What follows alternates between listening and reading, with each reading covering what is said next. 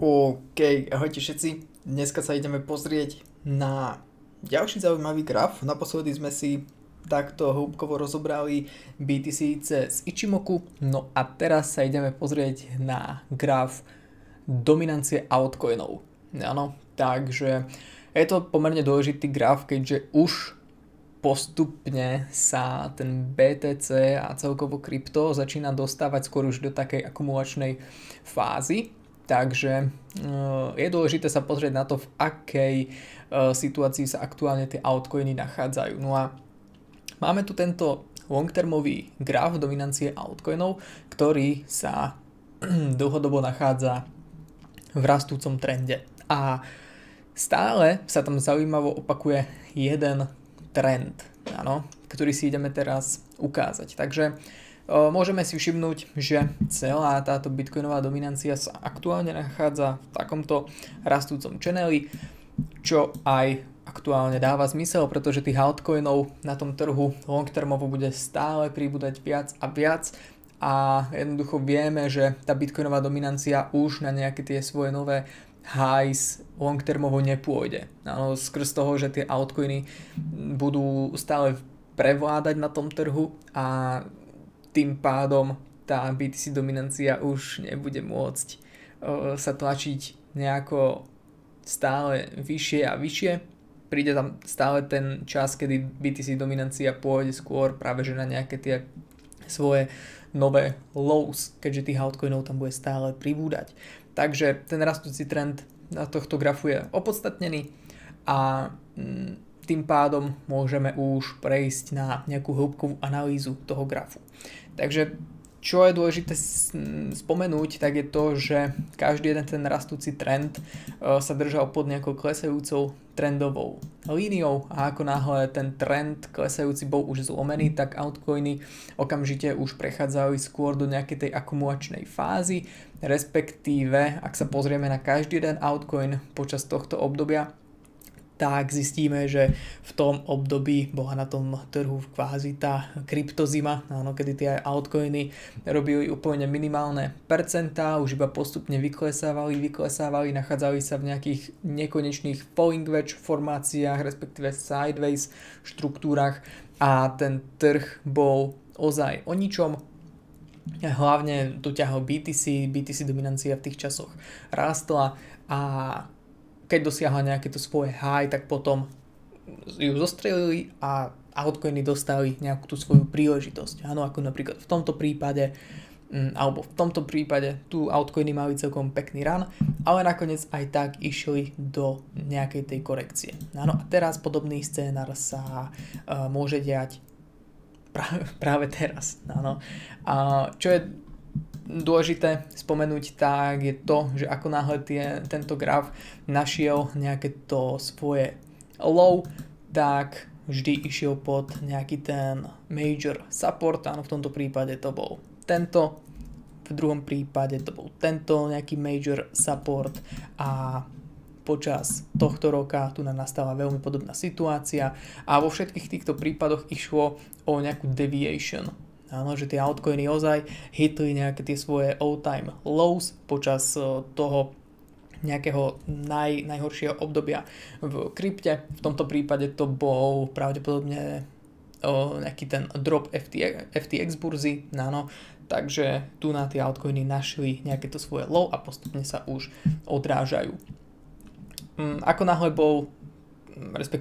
sa tu vytvorila tá deviation a ten graf sa dokázal preklopiť cez túto klesajúcu trendovku a zároveň sa dokázal vrátiť nad túto lokálnu rezistenciu, ako to bolo v tomto prípade, aj v tomto prípade, tak altcoiny, respektíve graf tejto dominancie išiel hneď do nejakého rastúceho trendu a išiel až k nejakej významnej rezistencii. No, v tomto prípade to bol tento level cca 5%, v tomto prípade sme išli taktiež na nejakú lokálnu rezistenciu okolo 8% a teraz je dôležité spomenúť to, že ten graf altcoinovej dominancie sa už taktiež nachádza pod významnou rezistenciou cca 12%. Áno, takže v nasledujúcich týždňoch tento graf kľudne si ešte môže prísť hitnúť túto významnú rezistenciu a keď sa pozrieme do minulosti, tak vidíme, že vždy z tejto nejakej významnej rezistencie nastal pullback.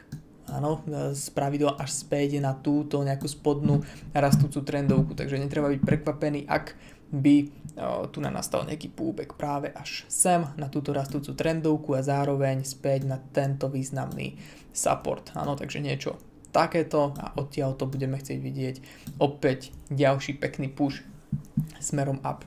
Takže teraz tie altcoiny, samozrejme bude záležať od toho, ako to zahrá BTC, ale ak napríklad uvidíme tam nejaký útok povedzme na $30-32 tisíc, tak niektoré altcoiny by to ešte mohli pekne potiahnuť práve na tých 12% a následne by sme tu mohli zaznamenať nejakú tú korekciu na altcoinoch. Áno.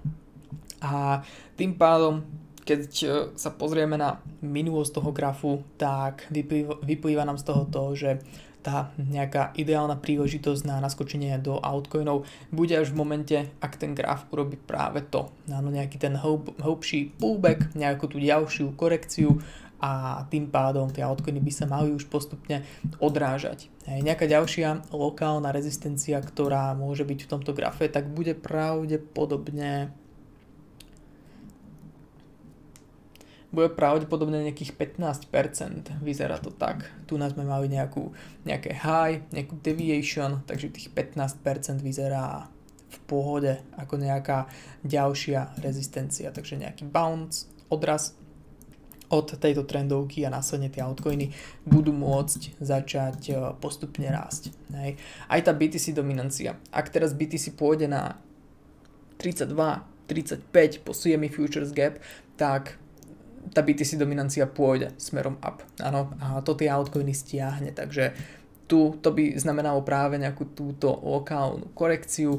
No a ako náhle tá BTC dominancia bude ak sa pozrieme na jej graf, momentík, ak tá BTC dominancia by to dokázala vytiahnuť na nejaký extrém, povedzme 58%, áno, pri nejakom silnom rane na BTCčku, tak pokles tej BTC dominancie z 58% na čo je len povedzme 50%, tak to by znamenalo veľmi, veľmi slušnú out-season na altcoinoch. Áno, respektíve altcoiny by tam robili povedzme 4-5x z nejakých tých konsolidačných štruktúr. Áno, takže tieto dva grafy treba brať už teraz vážne, pretože tá BTC dominancia áno, prišla si otestovať nejaký lokálny support, nastala tu na celkom pekná bullish reakcia, takže to znamená, že môže postupovať v nejakom tom rastúcom trende.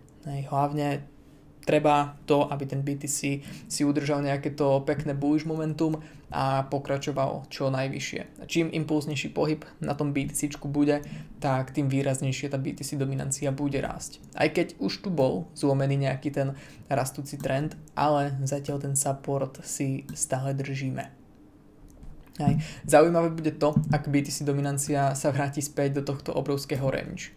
Hej. To bude znamenať, že máme tu na nejakú tú deviation a ak už nebude schopná sa vrátiť späť na tento support, tak BTC dominancia bude môcť padnúť povedzme na 44-45%, prípadne postupne až na toto range low nejakých 40 až 39%. To sú nejaké významné levely na BTC dominancii. No a s takýmto poklesom tej BTC dominancie tento graf dominancie altcoinov by išiel práve na nejaké tie významné rezistencie, prípadne až na nejaké tie nové highs, pretože stále sa drží v tom peknom rastúcom trende. Takže veľa významných krokov tento graf už splnil z minulosti, áno, že vytvoril si tu nejakú deviation, dokázal sa vrátiť nad tento support, nastal tu na impulzný breakout smerom up. Prerazili sme túto klesajúcu trendovú líniu a čoskoro už budeme testovať túto prvú významnú rezistenciu. A potom netreba sa zľaknúť toho, ak by tento graf urobil ešte jeden cenový pokles, pretože kľudne sa to môže stať späť na túto rastúcu trendovku a odtiaľ následovne môžeme ísť na rezistenciu cca tých 15-16%. No a tak, to by bolo asi všetko, lebo ozaj je to veľmi zaujímavý graf, ktorý nám hovorí o tom, že tie altcoiny zjavne ešte budú mať nejaký čas, kľudne obdobie jesene, zimy, bude s veľkou pravdepodobnosťou nejaká tá akumulačná fáza a v ďalšom roku sa to môže už kľudne rozbehnúť smerom up. Takže za mňa toľko. Dobre, ja vám ďakujem pekne, že ste si pozreli to videjko až sem do konca a vidíme sa pri nejakom ďalšom zaujímavom videjku s nejakým zaujímavým grafom. Tak ešte raz ďakujem pekne za pozornosť a majte sa. Čaute.